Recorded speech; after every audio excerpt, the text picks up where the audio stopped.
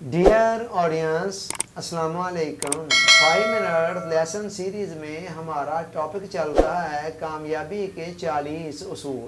اس ضمن میں آج ہم 34واں اصول بیان کرنے جا رہے ہیں، اور وہ ہے کام سے معاونت تک۔ کام سے معاونت تک انسان، اللہ تعالیٰ نے دنیا کا نظام ہی اس طرح کا کچھ بنایا ہے کہ لقد خلقنا الانسان فی کبد، انسان کو محنت اور مشقت کے اندر زندگی گزارنی ہے۔ جب تک انسان دنیا کے اندر رہتا ہے کچھ نہ کچھ کام کرتا رہتا ہے۔ آپ دیکھیں نا، ڈیلی بیسس کے اوپر ہم ایک دن میں کتنی ایکٹیویٹیز کے اندر مشغول ہو رہے ہوتے ہیں۔ یہ سب کی سب کام ہی کی مختلف شکلیں ہیں۔ تو انسان جب تک دنیا میں رہتا ہے وہ کام کرتا ہے، اور ہر کام کو کرنے کے اندر اس کا کوئی نہ کوئی پرپز ہوتا ہے، کوئی نہ کوئی مقصد ہوتا ہے۔ یہ مقصد مادی صورت میں بھی ہو سکتا ہے، مال و دولت کی صورت میں، یا اس سے ہٹ کر بھی کوئی ہو سکتا ہے۔ تو ہمیں جب تک دنیا کے اندر رہنا ہے ہمیں کام کرنا ہی کرنا ہے۔ اب سوال یہ ہے کام کس نیت سے کیا جائے۔ کام سے معاونت تک، اس ٹرم کا، اس اصطلاح کا مطلب یہ ہے کہ ہم جو بھی کام کر رہے ہوں ان کے اندر ہمارا مائنڈ سیٹ یہ ہو کہ ہم دوسروں کی بہتری کے لیے، دوسروں کو نفع پہنچانے کے لیے کوئی کام کر رہے ہیں۔ یہ بڑے کمال کا آئیڈیا ہے جو آج جدید ترقی یافتہ معاشروں کے اندر ڈیولپ ہو رہا ہے، پروان چڑھ رہا ہے۔ وہ کہتے ہیں کہ آپ جو کام بھی کریں اس نیت سے کریں۔ ایون آپ نے دکان ڈالی ہے نا، آپ وہاں پر بیٹھے ہیں، گاہکوں کو ڈیل کر رہے ہیں، آپ کام اس نیت سے کر رہے ہوں کہ میں نے اللہ کی مخلوق کے کام آنا ہے، لوگوں کو سروسز دینی ہے، لوگوں کی بہتری چاہنی ہے۔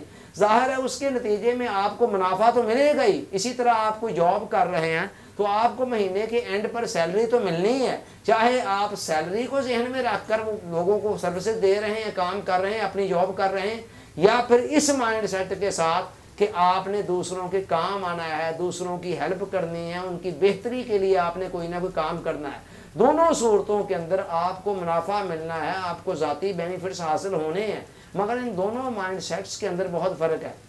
جب انسان اس مائنڈ سیٹ کے ساتھ کوئی کام کرتا ہے کہ بس ٹھیک ہے جی میں یہ کام کروں گا، اس کے بدلے میں مجھے اتنا معاوضہ ملے گا، اتنا فائدہ ملے گا، اس کا ایک ورتھ اور ہوتی ہے۔ اس کے مقابلے میں جب انسان اپنا مائنڈ سیٹ یہ بناتا ہے نا کہ میں نے دوسروں کے کام آنا ہے، میں نے دوسروں کو فائدہ پہنچانا ہے، میں نے دوسروں کی ہیلپ کرنی ہے، تو اس کے اندر پھر اس کام کا معیار کچھ اور ہو جاتا ہے، اس کے اندر ایک ذوق شوق ہو جاتا ہے، یہ انسانی شامل ہو جاتا ہے۔ یہ انسانی فطرت ہے کہ جب وہ دوسروں کو نفع پہنچا کر، فائدہ پہنچا کر، ہمیں نا ایک بہت زیادہ تسکین سی ملتی ہے۔ آپ تجربہ کر کے دیکھ لیں، جب بھی آپ کسی دوسرے کے کام آ رہے ہوں گے، اس کو کوئی فائدہ پہنچا رہے ہوں گے، تو فائدہ پہنچا کر، نفع پہنچا کر، کسی کے کام آ کر آپ کو ایک عجیب طرح کا سکون، اطمینان اور اپنے باطن کے اندر خوشی اور مسرت کی ایک لہر چلتی پھرتی دکھائی دیتی ہے۔ تو جب انسان اپنے ہر کام کے اندر، اپنی دکانداری کے اندر، اپنے بزنس کے اندر، اپنے جاب کے اندر اس مائنڈ سیٹ کو شامل کر لے کہ میں نے دوسروں کے کام آنا ہے، میں نے دوسروں کو نفع پہنچانا ہے، میں نے دوسروں کو فائدہ پہنچانا ہے، اور یہ بڑی اعلیٰ درجے کی عبادت بھی ہے۔ خیر الناس من ینفع الناس، حضور علیہ السلام نے فرمایا لوگوں میں سے بہترین بندہ وہ ہے جو دوسروں کو نفع پہنچانے والا ہے۔ قرآن و حدیث میں جا بجا دوسروں کے کام آنے، ان کو نفع پہنچانے کی تلقین کی گئی ہے، اور اس کو اعلیٰ درجے کی عبادت قرار دیا گیا ہے۔ چنانچہ دوسروں کو نفع پہنچانے کے حوالے سے کام سے معاونت تک جو ہمارا ٹاپک ہے، اس کا مطلب یہ ہے کہ آپ ہر کام کو جو کریں وہ معاونت کے پوائنٹ آف ویو سے کریں، کہ آپ نے دوسروں کی ہیلپ کرنی ہے، دوسروں کی مدد کرنی ہے، ان کے لیے آسانیاں پیدا کرنی ہیں، ان کو فائدہ پہنچانا ہے، ان کی نفع بخشی کے لیے کام کرنا ہے۔ تو ضمنی طور پر آپ کو ذاتی بینیفٹ جو بھی آپ لینا چاہتے ہیں وہ تو ملنے ہی ملنے ہیں۔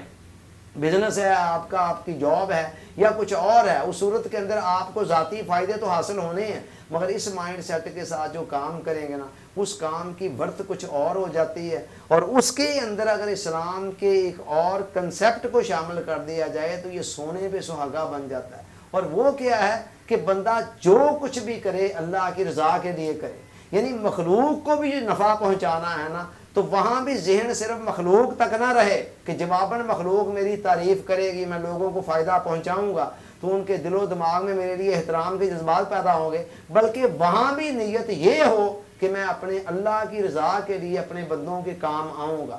پھر آپ دیکھیں کہ کیا کمال کے درجے کے اندر دنیا کی سعادتیں بھی آپ کو ملنا شروع ہو جاتی ہیں اور آخرت کی سعادتیں بھی ملنی شروع ہو جاتی ہیں، یعنی رب بھی راضی ہو جائے گا اور جگ بھی راضی ہو جائے گا۔